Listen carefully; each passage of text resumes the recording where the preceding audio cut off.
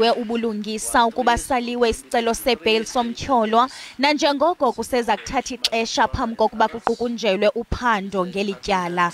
Ukamurori uxelele inkundla ukuba umtyholwa sechithe ixesha elingaphaya kwenyanga eziseleni kwaye ukuba akayinikwa ibeyili lenkundla kamantye seBloemfontein, loo nto iyakuthetha ukuba uchitha ngaphaya kweenyanga ezintathu ibe inkundla ingakhange imfumane netyala, nto leyo athi ayihambisani nomthetho. He has been in custody for a period of 1 month and 14 days. The investigating officer has indicated in his testimony that it will take approximately a month or 2 months for the investigations to be finalized.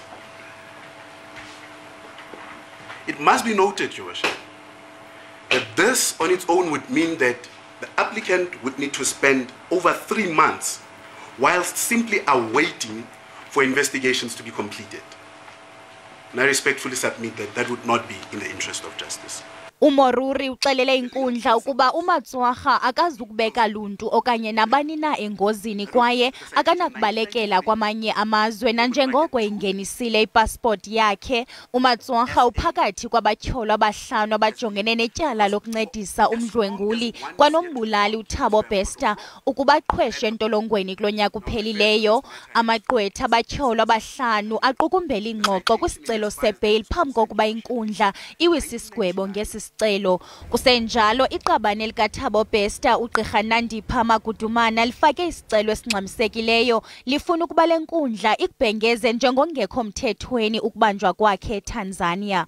Kwiindaba ze-SABC ndinguNobathembu Zantsi.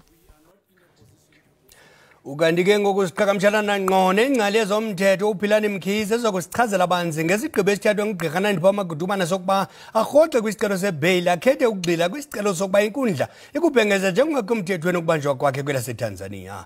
Khabazela sikubulise sikwamkele kwiindaba zethu emini nje. Iingxelo zithi uGqirha Nandipha Magudumana ufake isicelo esingxamisekileyo enkundleni nesithi mawachithwe amatyala kuba ubanjwe ngokungekho mthethweni kwaye waxhilwa ngamapolisa eli. Ingaba yintoni uGqirha Magudumana ukuba athathe eli nyathelo? Sibingelele siyavuya.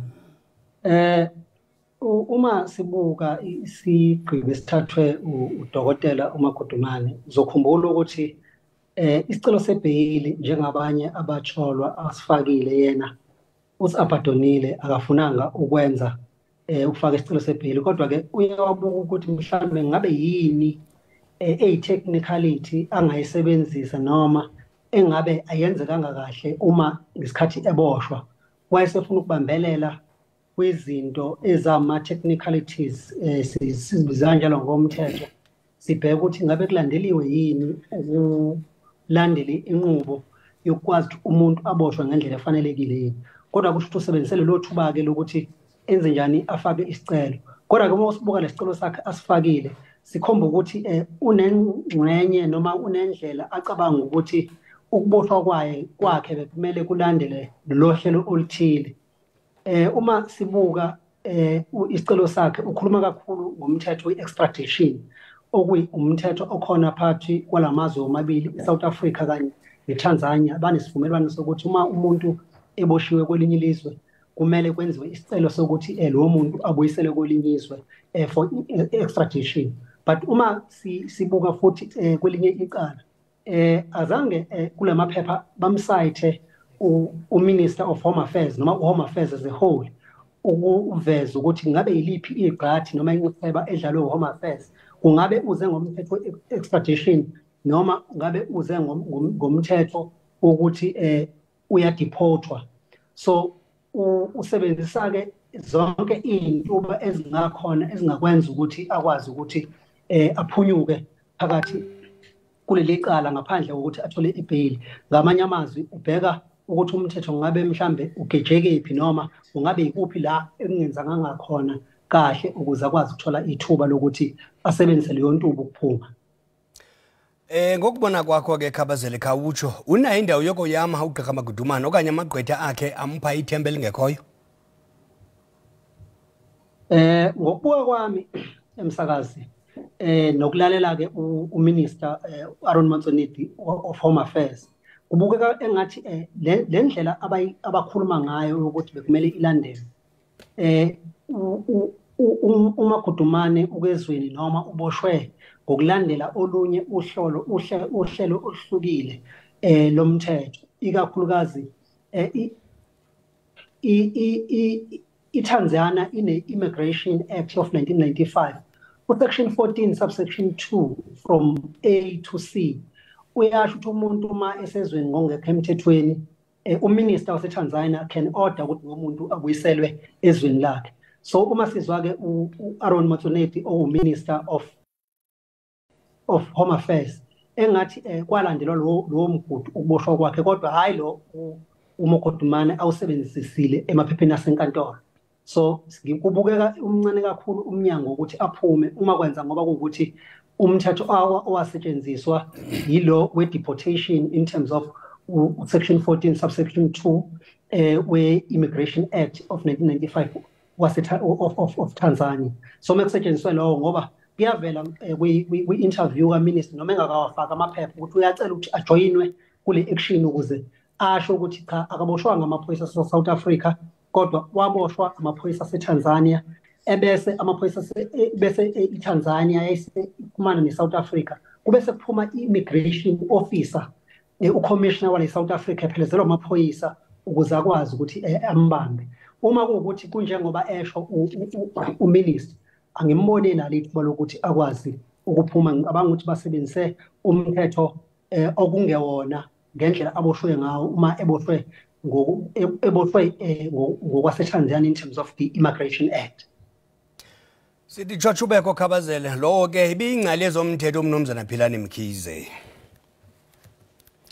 Uhulumende uthi wenza konke okusemandleni ukuthintela ukunwena kwesifo secholera nesiqhambuke eHammanskraal kumandla ePitoli. Isebe lezempilo liqinisekise ngabantu abali-15 kuquka abantwana ababini ababhubhe ngenxa yesifo sizalwa ngamanzi eHammanskraal. Kusenjalo bathandathu abantu abaqinisekiswe njengabosulelwe yicholera kwiphondo laseFreystata. Kwiwebhina yesebe lezempilo bibanjwe ngobuxhakaxhaka bale mihla yonxibelelwano kudandalaziswe intsukaphi nonobangela wesisifo siqhambuka emanzini angacocekanga. The primary mode of transmission has been linked to climate change. We cannot deny that. We can even see what is happening in our country with all the floods that we are experiencing and limited access to clean water, sanitation and hygiene services. Ukanti kukwachazwe nangempawu esinokuziqaphela kumuntu osele echaphazeleke sesi sifo. But the hallmark of cholera is acute watery diarrhea. And that's defined as diarrhea lasting less than 7 days, which is typically watery, non-bloody liquid stools that may contain a bit of mucus. And diarrhea, as per the WHO definition, is 3 or more loose stools within a 24-hour period. So roughly a fifth of those who are infected with Vibrio cholera will develop acute watery diarrhea. And of those, about a fifth will develop severe watery diarrhea. I think just to note that many patients also have vomiting, so it's not just plain diarrhea necessarily, and fever is typically not present. Acute diarrhea case should be regarded as suspected cholera until proven otherwise. Kulandela ukhambuko lwesisifo kubanjwe indibano encamisekileyo lisebe lezempilo laseFreystata uqinisekisa ukuba kuthathwa amanyathelo akhawulezileyo ukuthintela ukunwena kwesisifo kwiphondo. Well, there are no people who died in the Free State related to cholera. We are doing everything in our power. We are supported by World Health Organization in our endeavors. We are not doing this on our own. We are supported by the National Institute of Communicable Diseases. So the integrity of work that is happening there is at its highest level. So whatever outcome that we come and report, it's not a figment of our own imagination, but it's an outcome of a scientific process. Nanjengoko ibonakalisa ukwanda amanani osuleleko sesifo sihamba notyatyazo kukhupha ngasentla intloko nokuphelelwa ngamandla uluntu luyabongozwa lugcine ucoceko kugabalala izandla hlale zicocekile ngalo lonke ixesha lusebenzisa amagumbi wangasese acocekileyo namanzi acocekileyo lwabilise ukala xa kunyanzelekile. Ngoku masikaphule izimvo zababukeli kwikhasi lethu le-WhatsApp ngelinqaku. Ukuzikhusela endikubonayo mna Msasa kukho ukudlula kuba urhulumente kumele athathe amanyathelo. Ngokubona kwami eyanto yenzeka phaa eHammanskraal engathi inonyawo lemfene. Akukho kaloku uba abantu bangaphela sisifo sotyatyazo ngolu hlobo. Mna ngicebisa uba abahlali bawabilise amanzi ngaphambi koba bawasele ukuzama ubulala ezantsholongwane. Kwabo bengenampokotho zifumileyo abanokwazi okanye aba-afodayo abanokwazi ukuthi bazithengele amanzi asterile. Ndicinga uba fama kubalulekile siqale siwabilise amanzi before siwasele. Siwabilise, siwapholise, siwasele. Abantu balapha eMzantsi Afrika kudala baxelele ukuthi mababilise amanzi phambi kokuba bawasebenzise okanye bawasele. Mna ndithi abantu mabazikhelela amanzi bawafake ijiki bawalalise ubusuku obuyi-1 ukuze kusengengomso icocekile lo manzi. Kungenjalo bawathathe bawabilise then bawayeke afole bawasele ke ngomso epholile. Mna ndingacebisa ukuba urhulumente bangagrumba amanzi phantsi komhlaba singade isifo sibulala abantu. Masikunye ngococeko esithe salufunda ikakhulukazi ngokuqhambuka kwe-COVID-19 kweli lizwe. Abantu mabafumane uncedo ngokukhawulezileyo bangade bosuleleke bade bafe. Kwalapha ezindabeni zeziphi izinto uma uziqaphele xa uzawutyala imali yakho kopush kodwa kuqala masithume umntwana evenkileni.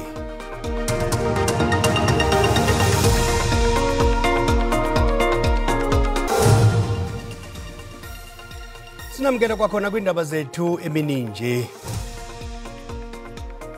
Sibamba ngazo zozibini ngokusiboleka kwakho ixesha lakho. Uyakwazi ke ukufumana izindaba ukuphela nje kwazo kwikhasi le-YouTube ngokuba uthi SABC Iindaba zesiXhosa. Ukanti make siphinde sithi rhwaqu kwinqaku elihamba phambili ngalemva kwemini. Abatyholo abahlanu kwityala lokukhwesha kwesidlwengu esikongumbulalo uthi abo best abaqukumbela isicelo sabo sebheli namhlanje kwinkundla kamantyi yaseBloemfontein. Amagqwetha abatyholo azama ukubonisa inkundla ukuba isihlanu siyifanele ibheyili kwaye abanakubalekela kumazwe angaphandle. Abatyholo abaquka abasebenzi benkampani i-G4S bajongene nezityholo zokutshisa, ubuqhophololo, ukuphazamisana nengalo yomthetho kwanokukhweshisa ibanjwa. Kusenjalo iqabane elikaThabo Best ugqirha Nandipha Magudumane lifake isicelo esingxamisekileyo efuna ukuba le nkundla ikubhengeza njengokungekho mthethweni ukubanjwa kwakhe kwelaseTanzania.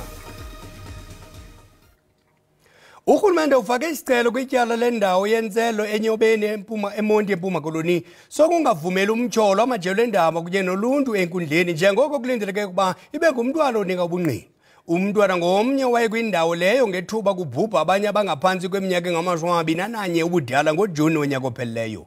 Isibini usiyakhangela noVuyokazi Ndivu abajongene nezityholo zokuthengisa izizelo zotywala kubantwana abancinane nabo bayalelwe ukuba baphume enkundleni. Ityala liqale kwinyanga epheleyo ze umncedisi kwinana nongummelwane waba lingqina lokuqala likarhulumente lokuba semkhumbini. Kulindeleke ukuba amangqina amabini asuka kwibhodi yotywala eMpuma Koloni nawo abesemkhumbini kamva namhlanje. Abemi Mbili kunye nakwihlabathi lonke baphantsi koxinzelelo olumandla ngokwasezimalini ukukhokhelela ekubeni bakhangele indlela zokutyala imali ukuzama ukukhawulelana neemeko ezimaxongo zokuphila. Kukwakho nendlela zokutyala imali ezibizwa ngoopush. Ukanti ke ngoku sinengcali nomhlalutyi wezezimali uSonwabile Mdondolo noza kukhe asinike ulwazi olubanzi ngezinto ezilungileyo nobungozi xa ungena kwezi ndlela zokutyala imali. Siyakwamkela, ingaba yintoni ekhokhelela abantu ukuba batyale imali yabo kopush mnumzana uSonwabile? Enkosi siyavuya, ndingathi into ekhokhelela abantu into abana bahambe bawukwazi uba bangenele into ezidibene no-push ukufuna siyavuya imali ekhawulezileyo. Abantu abangafuniyo utyala imali kwindawo ezilungileyo apho kumele bakutyalwe imali khona, abafuna imali ekhawulezileyo ukuze kwazi uba bayisebenzise. Zeziphi izinto emaziqatshelwe ngabathengi xa bengena kutyalo-mali lukapush izinto mhlambe ezinokubabonisa ukuthi ayondlela ifanelekileyo leyo yokutyala imali? Okokuqala ubungozi baloo nto ekufuneka iqatshelwe izinto yobana ukulahlekelwa kwakho imali kwi-pyramid scheme okanye kwezinto zikapush wena siyavuya ayikwazi uphinda ibuye imali and awukwazi ke ngokuba nendawo ozawumane uyokhalaza kuyo uthi ndalahlekelwa yimali kuba into ezifana no-push azikho registered Kukhona inkampani ebizwa ngoba ngu-FSCA apho iinkampani eziselungeleni into yoba zikwazi uba ziqhube ziba registered khona. Push ke siyavuya iyafana nongathi wenza into ye-gambling, so awukwazi ukuthi uyokhalaza ke ngoku kwezo nkampani ezinjalo apho uzokwazi ubuyisela imali yakho. Into endinothi mabayiqaphele abantu ukuze bayazi inkampani i-registered okanye ayikho registered. Xa befumana ikhadi mhlawumbi laa nto kuthiwa siyi-business card, bajonga phaa ngasemva iba khona into ebhalwe FSP number, bakwazi uba bayithathe bayoyifaka phaa kulaa website yakwa-FSCA, bakwazi uyijonga inkampani into yobana ingabi ikwilungelo loba iyaqhuba na iya-operator as a company. Mnumzana Mdondolo, kukho abathi bayatya indlela zokutyala imali? Xa ulobisa wena siyavuya iba njalo, baba khona abatyayo mhlawumbi ababini abathathu before kuyobambeka intlantsi ezininzi.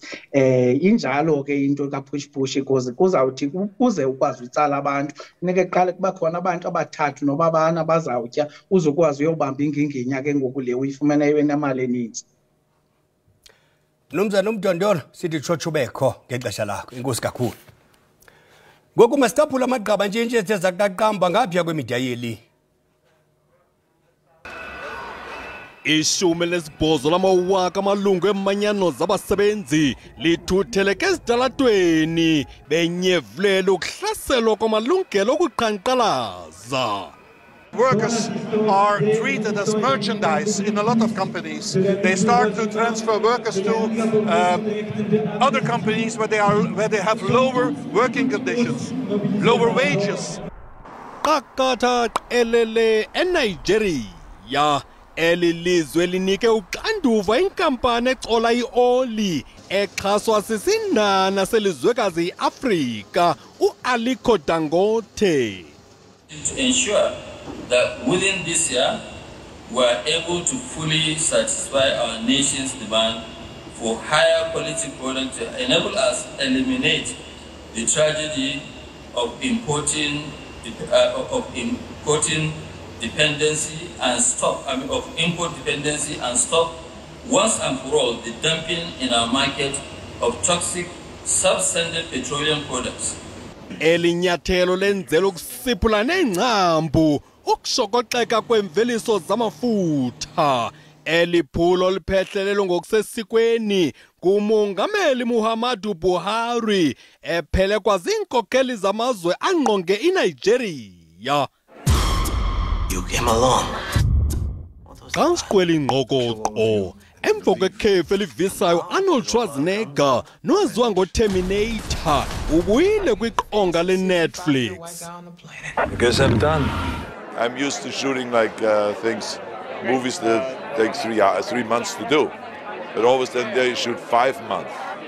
You know, so it takes much more concentration, longer work, many more pages every day. So you really have to hustle. I'm retired.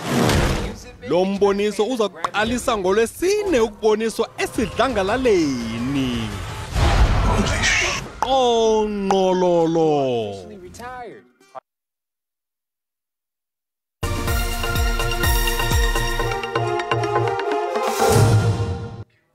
Obese kuba ngumdlalo wonyaka kwikhefu uThembi Kgatlana uleqa ixesha ukufikelela kwingqongqo eliphucukileyo ukuze akwazi ukuchongelwa kwiqela lebanyana bani eliza kudlala kwindebe yehlabathi kulo nyaka.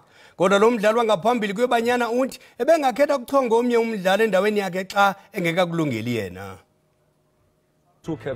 uKgatlana ngumdlalo phambili kubanyana banyana ochongwe amatyeli amaninzi. Udlala inxaxheba ukunceda iqela lizibekele indawo kwindebe yehlabathi nakwimidlalo yeOlimpiki. Kanye neqela wazizuzela imbasa yokuba ngumdlalo onyaka kumanina kwiCAF de wafunyanwa kumonzakalo kwisigaba samaqela kwitumente yeWAFCON ngo-2022. Uthi angathanda ukuchongwa kwakho kwibanyana xa ekulungele oko. Players dream to go to the World Cup, but also we need to be aware that if I'm not ready, if the time comes and I'm not ready, whether I'll contribute or not, someone else can give 100%. Utangathanda ukuhlala eMelika ixeshana nanjengoko ibhola ekhatywayo kumanina iqhuba kakuhle kwela lizwe. Uthi kodwa angaya naphi na ikhondo lakhe limvumela. It's nice to play in the US, the best league in the world. It's very competitive. If I had a choice or an option for sure, I'll definitely stay here. But as I said earlier, women's football is growing. Women's football is a business. But I would love to continue to be in the US because then I'm a very competitive player and I want to always, be at my level best. Indebe yehlabathi amanina kwiFIFA izakuqala ngomhla-20 kuJulayi. ISAFA kulindeleke ibhengeze abadlali abaza kuyimela kwindebe yehlabathi. Masibabeke kule ndawo ogqonce bethu kwi-SABC 1 sakuqhuba nezindaba kwijelo iDDT emva kokusela amanzi.